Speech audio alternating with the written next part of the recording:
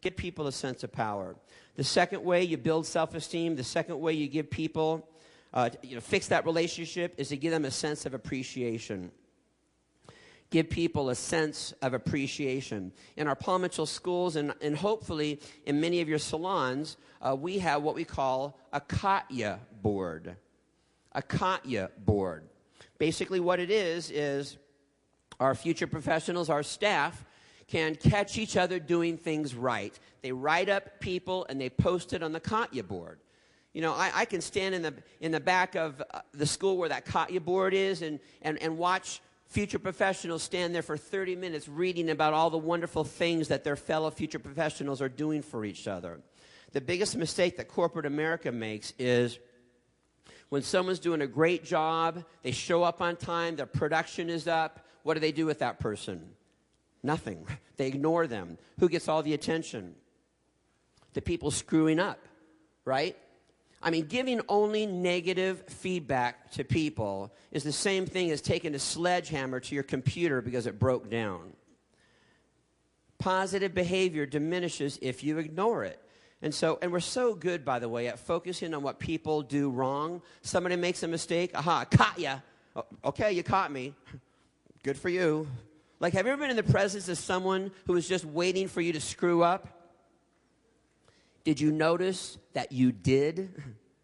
It's difficult not to. Somebody sets a trap for us, and what do? We fall right into it. Ha, caught ya. You're an idiot. Well, you're right. I'm an idiot. Good for you. What'd you get out of that, right? We do that, right? You know, I know Dawn's going to come in to late work. Come in late again. She's always late. She's going to come in late, right? I know Angus is going to leave a mess at the color bar. He always does, right? Right? We set traps for each other. Giving people that sense of appreciation. I was once teaching a seminar, and this salon owner came up to me afterwards, and he said, you know what, Winn, I believe everything that you're saying all sounds great, but Winn, and here were his exact words, how do you soar with eagles when you're working with a bunch of turkeys?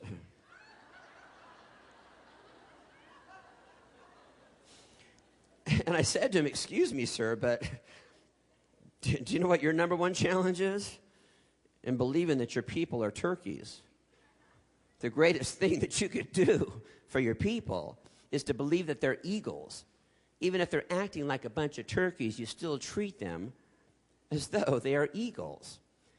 And you do that by giving people that sense of appreciation. In our Paul Mitchell schools, we talk a lot about the value of mentoring. Mentors, that we all need mentors. You know, I want to bring the house lights up a little bit more if you can, and I have a couple of mic runners.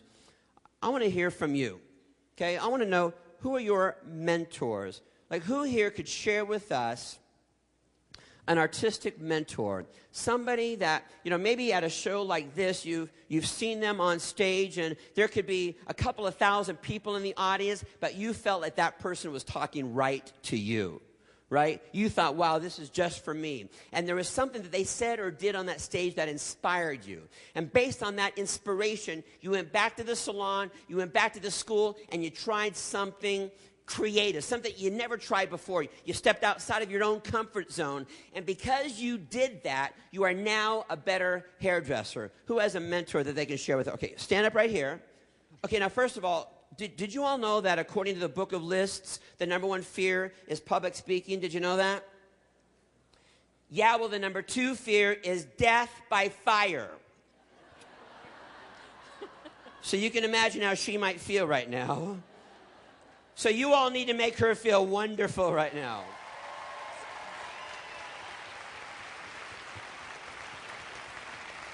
Okay. Now, there's three things that we want to know from you, and I want all of you to be thinking about this, about your mentors as well. First thing that we want to know is, who is the mentor? Second of all, what did they do or say that got you excited? But then the third thing is, what did you do differently because of that mentor's inspiration? Because let me ask you something. If she didn't do anything differently, did she learn anything?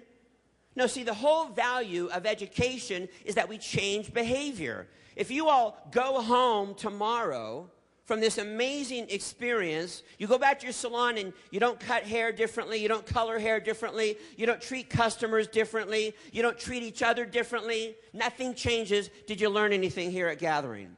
No, it's about changing behavior. So who is it? What did they do or say that got you excited? And what do you now do differently because of that? My mentors are Terry and Steve Cowan.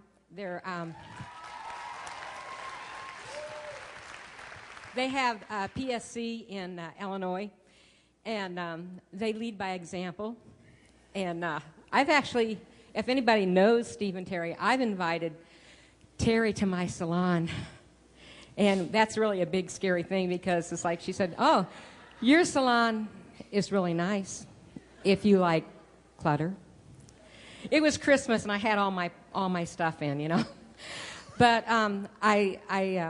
they lead by example. I have sat underneath their business classes. I copy them. Every place I see them, I get close to them, and I copy them. And then I take it back home, and I implement it. We have the Rolodex. We have a new manual. We follow their example. And I have been doing hair for, this year, 43 years.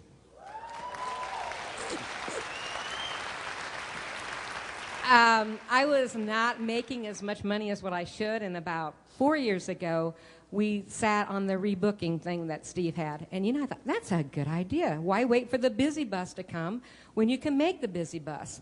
And so I started rebooking. And it's like, wow, I've got myself booked out 6 weeks, 8 weeks. This is really working. My other mentors are... Oh, you only get one? Only one? Hey, but honey, they only give me 10 minutes. How much time do you need? I mean...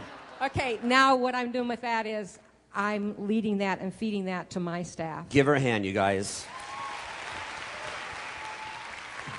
Oh, and by the way, our volunteers here today are going to get a little Be Nice t-shirt, which says, I need 3 hugs a day just to keep from being weird. So she gets one of those shirts. Okay. Who has an artistic mentor that is your mentor? Who over here? Okay, grab somebody right here, back here. Quick, run. Stand up. Okay, stand up. Okay, make her feel amazing, you guys. Okay, really quickly, who is it? What did they do or say that gets you excited? And what do you now do differently because of that mentor? Mine would be Angus Mitchell, and I saw him in Nashville, Tennessee, back in April, I believe. But anyways, it was one of my I think it was my second hair show to go to, and he was all rocking it, doing hair, and then he stopped and he just started talking about the business and started talking about how much his father meant to him and what it is to not really have him there with him anymore, but be able to, you know, carry on in his footsteps. And it made me realize how much I take for granted to work with my mom every day. And so now... So what do you now do differently because of that message from Angus? Every day I get to see my mom at work. It just makes me appreciate the fact that I have her here, and she's here with me today because she didn't want me to come by myself. Give her a hand, you guys.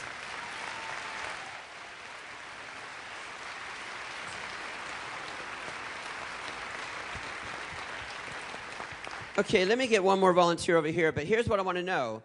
Who here has a fellow staff member that is your mentor? Okay?